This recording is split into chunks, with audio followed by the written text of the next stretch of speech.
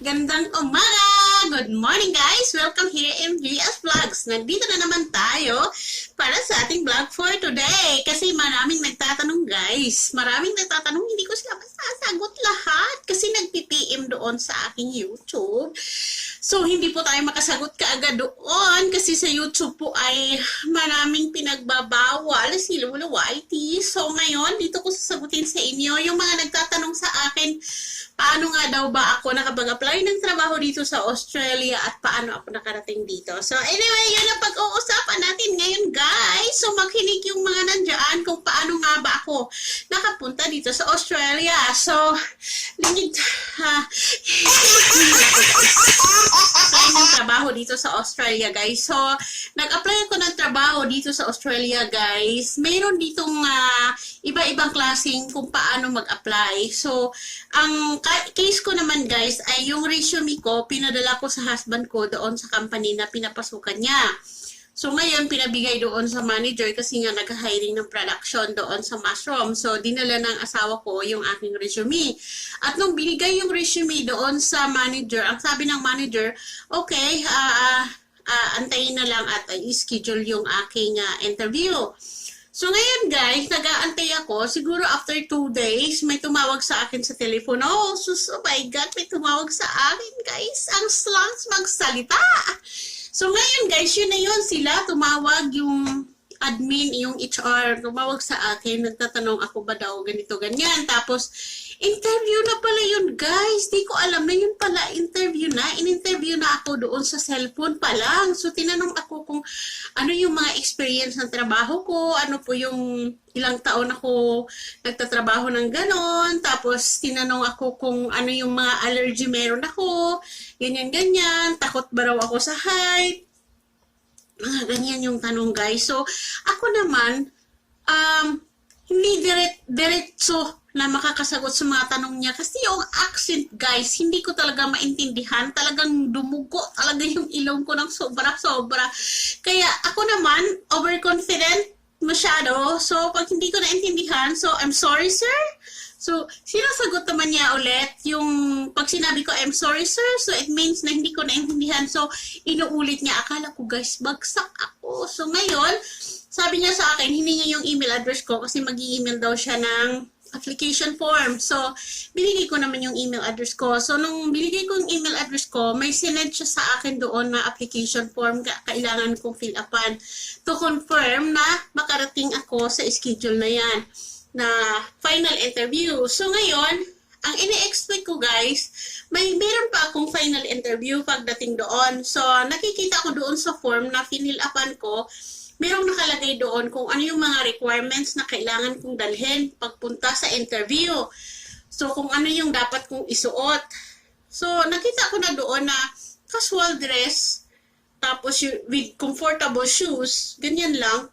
So, ang kasanayan ko kasi sa Pilipinas, guys, pag nag-a-apply ka dyan, kailangan naka-formal attire. Kahit kung ano yung a-applyin mo, kailangan naka-formal attire basta sa interview. So, dito, ang iniisip ko, ganun din. So, nakakaswal nga ako. Pero, yung casual na parang, casual talaga na medyo okay naman siya. Pagdating ng asawa ko, guys, kasi sinundo ako ng asawa ko dito. Sabi ng asawa ko, barin mo yan, magbihis ka.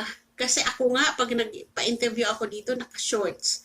Kasi hindi naman yan tinitingnan kung ano yung looks mo, kundi kung ano yung kaalaman mo, kung ano yung alam mo sa trabaho.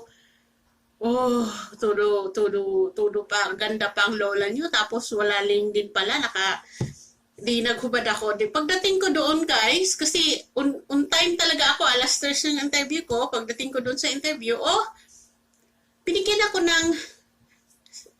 ako ng account number, so ito yung account number mo, ganito, ganyan. So, pinapunta ko dun sa isang kwarto, yung kwarto na maraming computer, may mga computer doon. So, pinag-login ako dun sa computer.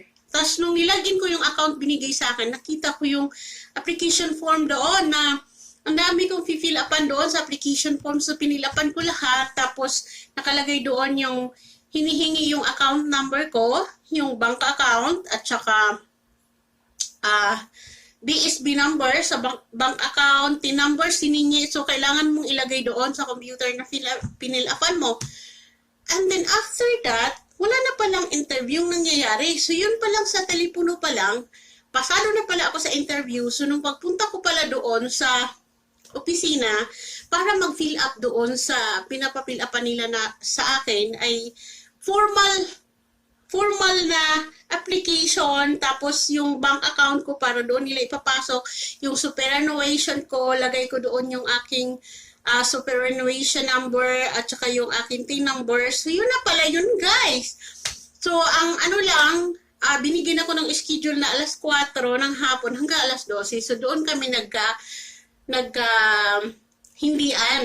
Umayaw ako kasi alas 4 ng hapon to alas 12. Paano naman yan, guys? Kung alas 12, ang asawa ko, ang schedule ng pasok ng asawa ko, 7 to 4. So, kung papasok siya ng 7 to 4, tapos papasok ako ng 4 to 12, so, complete yung schedule namin, guys. So, hindi talaga pwede kasi hindi pa ako pwede mag-drive dito kasi learners pa lang ako. So, pwede akong mag-drive, guys, pero meron akong kasamang my full license. So, ngayon, ang nangyayari, kinancel ko siya, guys. So, nag-apply ako sa ibang company. Ang asawa ko, dahil hindi nga ako natuloy doon, so, yung asawa ko masyadong supportive sa akin. So sabi niya, so kung dahil hindi ka naman makapagtrabaho doon, maghanap na lang din po ako ng trabaho na pwede kitang isama, pwede tayong magkasama. So ngayon, nag-apply yung asawa ko dito sa Potato Farm. So sa awa ng Diyos, tanggap naman yung asawa ko, overqualified din siya doon.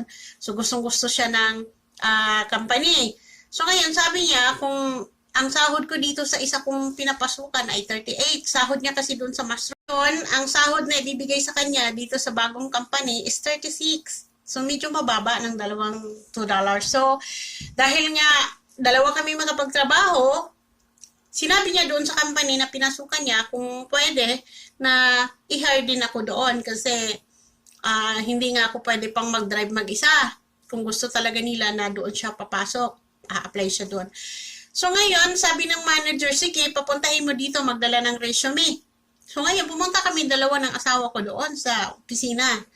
So, pagdating ko doon, guys, napakalaki ng company nila, guys. Kasi sila yung napakalaking production ng potato farm dito sa Australia. So, pagdating namin doon, guys, mayroong dalawang lalaking sumunod na pumasok.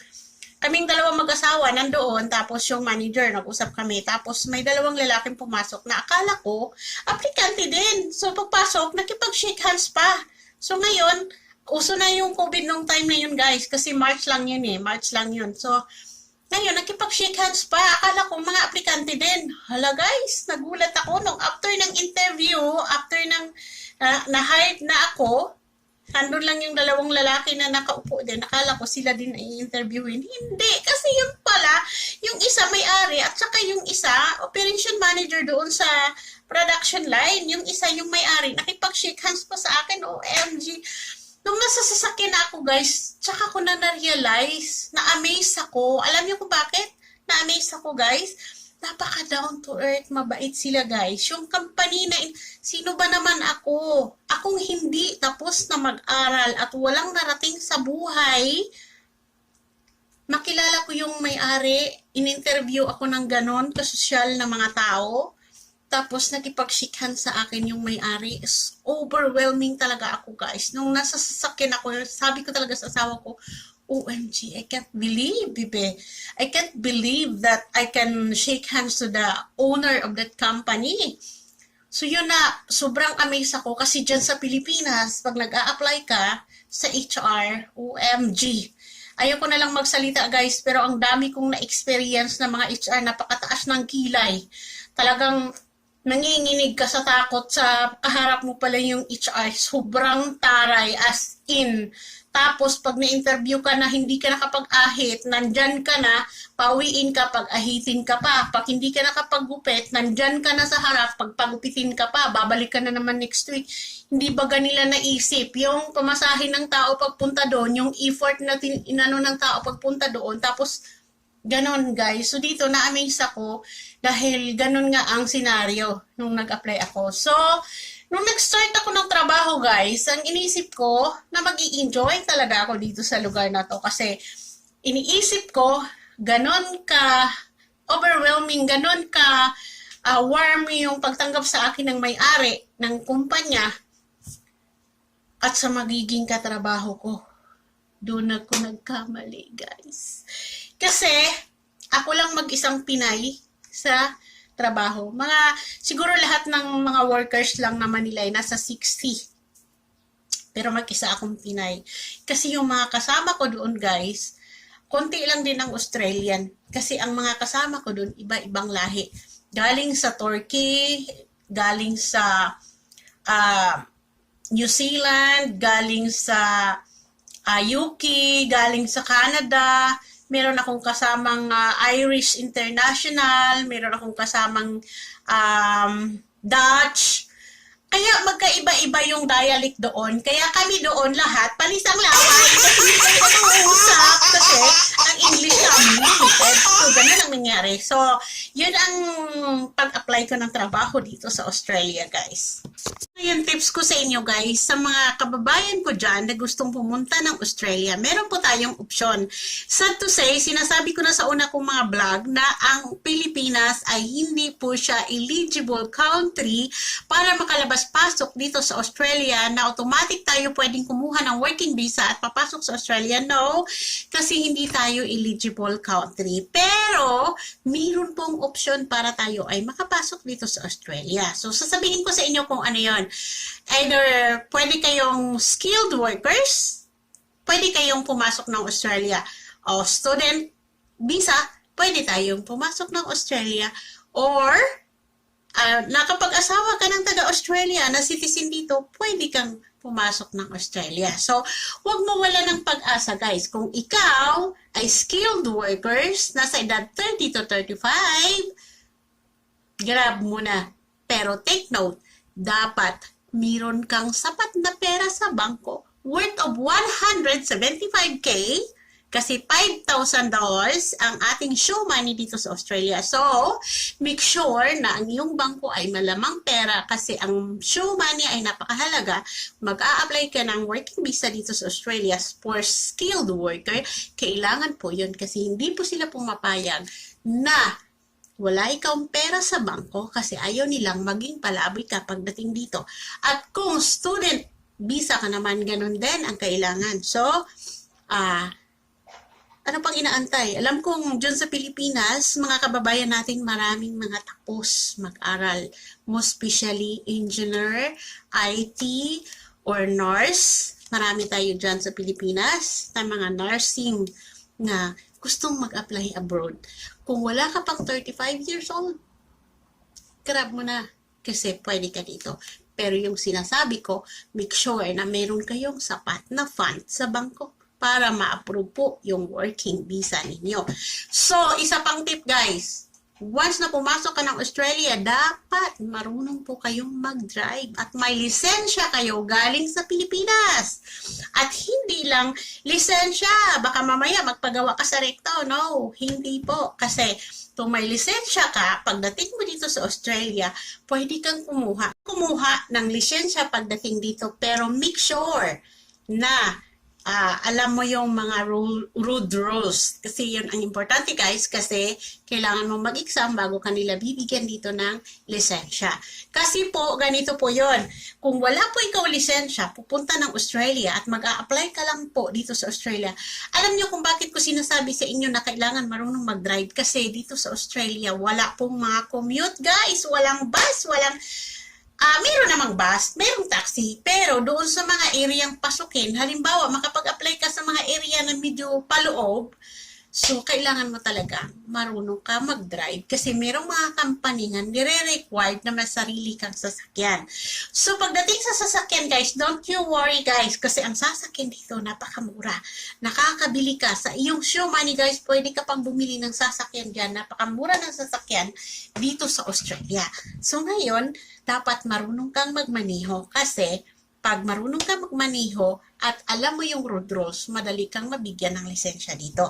Kasi kung wala kang lisensya, guys, dito, pag nag-apply ka, pagdating dito at wala kang lisensya galing ng Pinas, mag-aantay ka pa ng 6 months magte-take ka ng license, bibigyan ka nila ng L-plates. So, L-plates ka, hindi ka pwedeng mag-drive mag-isa. Kailangan mong may kasamang poly license. At after 6 months, saka ka na mag-6 months, saka ka na a-apply ka na naman ulit para sa P-plates. Yung P-plates, yun ang ibibigay sa iyo para allowed ka na mag-drive mag-isa. Pero hindi pa po yan poly license. P-plates pa po, provisionary pa po yun for professional driver's license. So yun guys, kailangan nating matuto, marunong magmaniho at alam natin yung road rules bago tayo pumunta dito sa Australia para mas madali. Yun ang tips na ibibigay ko sa inyo para madali kayong makapagtrabaho kasi napaka-importanteng marunong kang mag-drive kasi required dito sa mga company, sa ibang company na marunong kang mag-drive, may license ka at mayroon kang sasakyan. So, yun na guys ang maisi-share ko sa inyo kung paano po ako nakapag-apply dito sa Australia. Sana po naintindihan po ng marami na ako po ay gusto lang magbibigay ng tips, idea kung ano po ba yung mga pwede nating gawin kasi dito sa Australia sinasabi kong ang sahod po dito ay matutuwa po ikaw kasi talagang kung sa Pilipinas, sa pera natin sa Pilipinas ay may halaga talaga ang sahod dito. Mahirap man ang trabaho dito pero yun namang mga ibang skilled workers dyan na pupunta, papasok dito sa Australia, baka ang aarte naman, yung mga skilled workers na mag-a-apply dito, ay porket engineer ka, engineer lang din ang gagawin mo. So, parang stepping stone mo na lang din yung pag-apply ng mga production line. Mas madali kang makapag-apply dito mga production line. So, huwag mo munang sabihin na ito yung in-apply, ito yung skilled ko, tapos pagdating ko sa Australia, ganito, ganyan, no? Hindi, guys. So, dapat, pag sinabi mong mag-apply ka dito sa Australia, nursing ka sa Pilipinas, ang mga kasama ko guys, maraming mga tapos mag-aral, mga backpackers na mga galing sa Canada. Yung isa kong kasama na galing siya sa Canada, mascom siya guys, pero first graduate siya kasi 25-year-old siya, galing siya ng Canada. So saan siya ngayon guys? Kasama ko, pareho lang kami ng sahod. Hindi sila maarte guys, ang gaganda pa nila. Tapos walang kimi, nadamputin lang yung mga na hindi pa naka-gloves. So yun ang tips na ibibigay ko sa inyo ngayong araw. Ang mukha ko para akong nilamutak ng kapre, day off ko ngayon. Kaya ayun, tinanghali ako ng gising. So salamat ng marami sa patuloy na nanonood sa mga video ni MGS. Yung ating mga video na pabara-bara lang para lang may upload. So guys, sana po ay may natutunan kayo sa aking senior sa ngayon. So, kung bago ka siya dyan sa channel ko, so pakisubscribe naman guys. Kasi itong channel na to, ang kikitain po nito ay para po sa mga kabataan dyan sa ating sa bansa natin na kapos po sa budget para makapag-aral. Yan po ay isi-share ko lang din po yung blessing na natatanggap ko dito sa YouTube para po sa mga kabataan dyan sa Pilipinas. So maraming salamat po sa inyong panonood. Thank you po. Thank you for watching. Bye-bye.